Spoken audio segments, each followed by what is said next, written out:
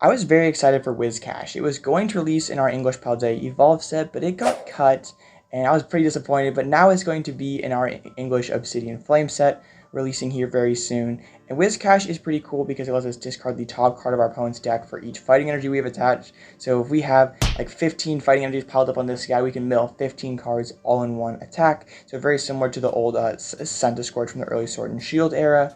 But mills actually have not been successful here lately with how fast the format has been. But Whiscash isn't exactly a one-trick pony. It has a few more options than just milling.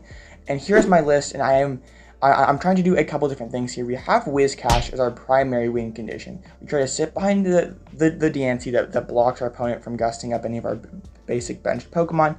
We'll use Koraidon to put energies onto either a Barboach or Hisuian Arcanine V, and we either can attack with the Hisuian Arcanine, which is a very respectable attacker, which does more damage for each fighting energy it has attached, or we can use Thornton to switch it into a Barboach, evolve it into a Whiscash, and mill a ton of cards at once. So our opponent can't just sit there and draw pass every turn, play conservatively until they set up, because we do have options to attack with Koraidon and Hisuian Arcanine, and we also, since we're playing Reversal Energy, which gives us a way to put even more energies on our Whiscash, we can play that Luxray from Paldea Evolve 2, which will be nice to be able to one-shot Palkias or Lugias or anything like that.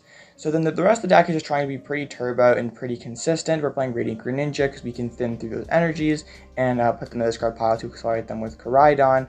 Playing 4 Battle VIP Pass forward, Ultra Ball, and 2 Nest Ball, is trying to make sure we always are going to be setting up. And if we're playing all this ball search, playing Squawkabilly makes a lot of sense because we don't necessarily mind discarding cards. Playing 4 researches for trying to be very aggro here. Boss's Orders definitely could come out of the list. I maybe even go down to a 1 count because it still could be nice to have a little bit of bench control if we're going to be going aggressively with our Arcanine, but it might just be better for a consistency card. Like Whiscash is our primary win condition, and it does not need to have any gust to go alongside of it. Thornton is a very important card in this deck to be able to pull off that big Whiscash play, because as long as that Arcanine was in play for 1 turn prior, we can evolve it up all in 1 turn thanks to that Thornton.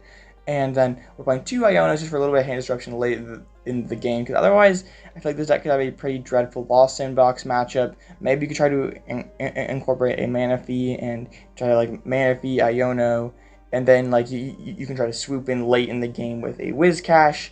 I don't really know. I feel like that matchup could be pretty bad, but maybe with Manaphy and Iono, it is winnable. Playing Super Odds because we could definitely haphazardly discard some Pokemon thanks to Pokestop, or thanks to Squawkabilly or Research. We want to be able to recover those Whiscashes so we can use them right when we need them. A 1 switch and 1 rope so you can move between our Pokemon.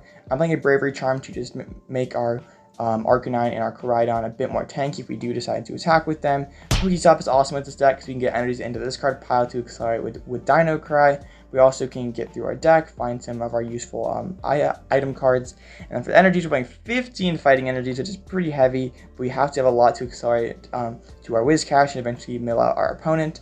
And then Reversal Energy is pretty neat because it could count for 3 fightings all in 1 attachment. So I think that this deck has a bit more potential than some previous mill archetypes, but another home I could see for Whiscash is in a colorless Lugia deck, where that deck, it had a lot of hype going into the Paldea Evolved format, but it did horrible at NAIC just because so many Arceus Duraludons rose to the top, and that deck had no way to hit through a Duraludon.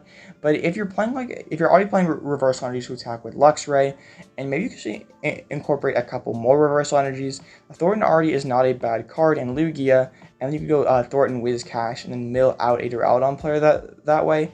It's not a perfect solution, but it definitely is an option. So what do you think of Whiscash?